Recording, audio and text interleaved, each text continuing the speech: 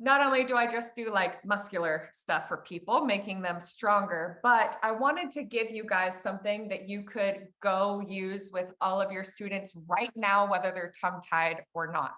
And I will warn you that they are very weird. They are very weird, but they sure work. So the first one that we're going to do, oh, excuse me, what you will need. This is so incredibly important. You need a mirror. You need a mirror. Dear God, if I can do anything for you, just please use a mirror and please get your students to do it too, because the amount of things that people don't realize they're doing, and then I make them watch themselves and they go, oh my God. I mean, it happens constantly. So you'll need a mirror and you'll probably need a flashlight because we are going to literally peel your lips aside and like stare in there and look at some of these things. So feel free to follow along with this if you would like. My rules are always work easier to harder. If we're talking about mobility, just like going to the gym, you do not go pick up the 50-pound dumbbell unless you're not terribly smart. Always go easy to harder. Slower is faster. And I always work silent mobility to complex voice like arpeggios. I do a lot of single pitch stuff because we as vocalists, when we do things silently versus when we add pitch to it, a lot changes. So I really recommend that you do all of these muscular positions silent first, because people will automatically always start doing all other kinds of stuff with pitch behind it. So the first one, this is the big hitter, tongue posture sirens. Now, what is tongue posture? So just like body posture, I'm sure you can all give me an example of what really bad body posture is, right? Limp, low, weak, right? So we actually have this with our tongue as well. So I want to just take a second to freeze everything that you're doing. Don't move, freeze. And type in the chat where your tongue is. Because your tongue should be not like this. Your tongue should be like this on the roof of your mouth. And there's a million reasons why that I don't have time to go into it, but the short answer is gravity. You can look that up later. But if your tongue is not on the roof of your mouth, it's going to cause a lot of issues here. So I'm going to teach you all correct tongue posture, which will change your life, definitely your sleep. And then we're going to go back and do this. So tongue posture is not low in the mouth, but when this whole portion of the tongue rests against your hard palate. It may also touch your soft palate too, depending on your mouth shape. That's okay. The only thing that we want is that we do not want any air pockets on the roof of the mouth at all. So your tongue, just like, this is my assistant, Henry, just like Henry, should be filling up this entire portion of your upper arch. And guess what? You guys actually already know this position because we just did it and it looks like this. Does that look familiar to you? So instead of doing your click, if you close your teeth back, that's where your correct tongue posture should be. So let's go back for a second. I'm going to show you my other slide. One second. This one. Okay. Now, tongue posture sirens. We don't need to hear me sing this. It's not important.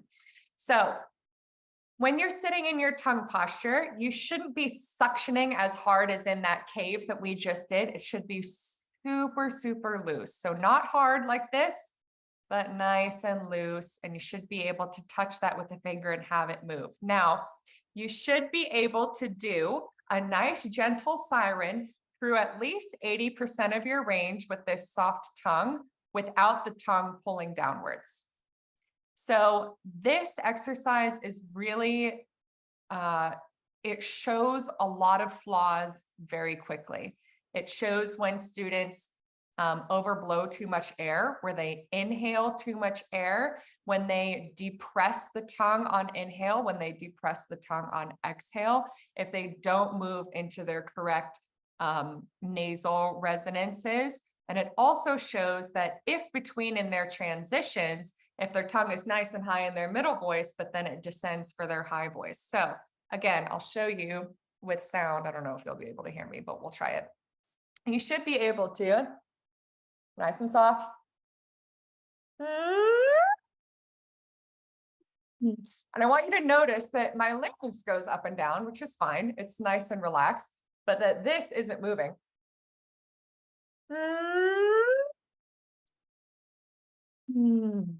Yeah. So I recommend that you start with this for everybody because it really eliminates a lot of that extraneous tongue movement that's really hard for us to be aware of, but that has a really big effect on things like muscle tone dysphonia and that kind of thing. The other one, my next one, this is for the middle portion of the tongue. This is where I think most singers are the weakest, actually. The back of our tongue gets a pretty good workout because we know that it should be nice and high. And the front, of course, has to do all of those consonants, but this middle tends to be pretty weak. A lot of you, I'm sure, are familiar with students who have something that looks like this going on, or they'll be singing, and it'll all fall flat in there. This middle tongue is what's going on. So we're going to use the enya noise. And what we're trying to do is we're trying to get this little jellyfish action. So here we go, nice tall tongue. And you should see that with every nya, nya, nya, that we are re-articulating that high middle portion of the tongue. And if it falls flat, then they're not following through with firing that same muscle group. So what you should be able to do is you should be able to go through all your vowels with a nice, perfect, tall tongue. Nye, nye, nya, nya, new. Nye, nye, nya, nya, new. Instead of nye, nye, nya, nya, nya, right? Which we see very often. So this is a big one that I really recommend starting silently in a mirror because the amount of ah and o vowels that fail this test are very high. Please only keep this to like middle voice because as we go higher, we don't want to put too much strain and have the middle tongue too high. So this is purely just a middle voice thing. Okay. All right, next.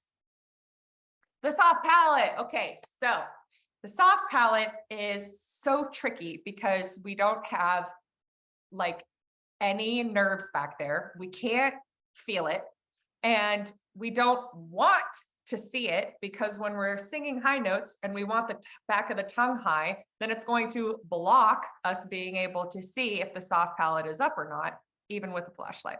So what I like to use is sound to tell us whether or not it's up. So this is the snore to doggy pant exercise. And I am going to turn my sound on for this one so you can hear me. Elizabeth, just let me know if this comes through on your end. But I want a snore on the inhale. And then you should be able to, watching that the tongue stays up, you should be able to have a afterwards where the soft palate separates upwards from the tongue, but nothing changes in the tongue. It stays nice and high. So we have a flat soft palate and then we have it raised above that. So it looks like this.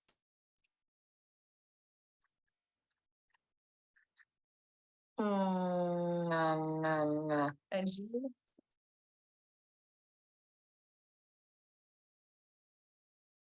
that's a fail, right?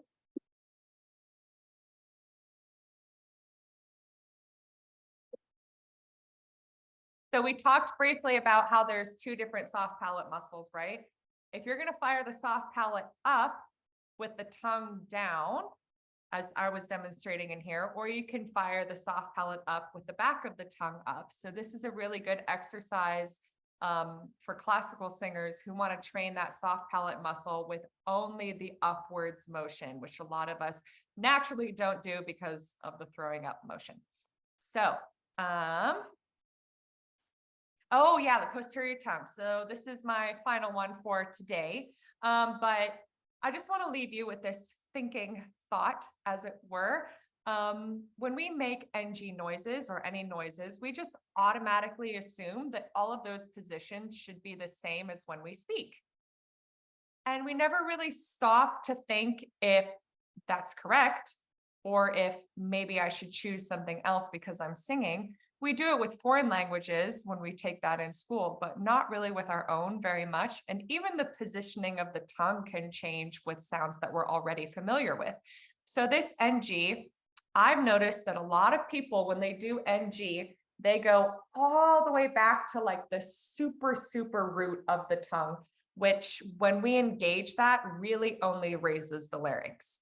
It doesn't raise the back of the tongue very much. We want to stay within this like nice, softly posterior portion, basically like not where the big taste buds are, because then we're getting too much towards the epiglottis back there. So I recommend seeing if your NG position could be too far back. So we're going to use a G noise and a K noise to adjust where that arch falls in the tongue.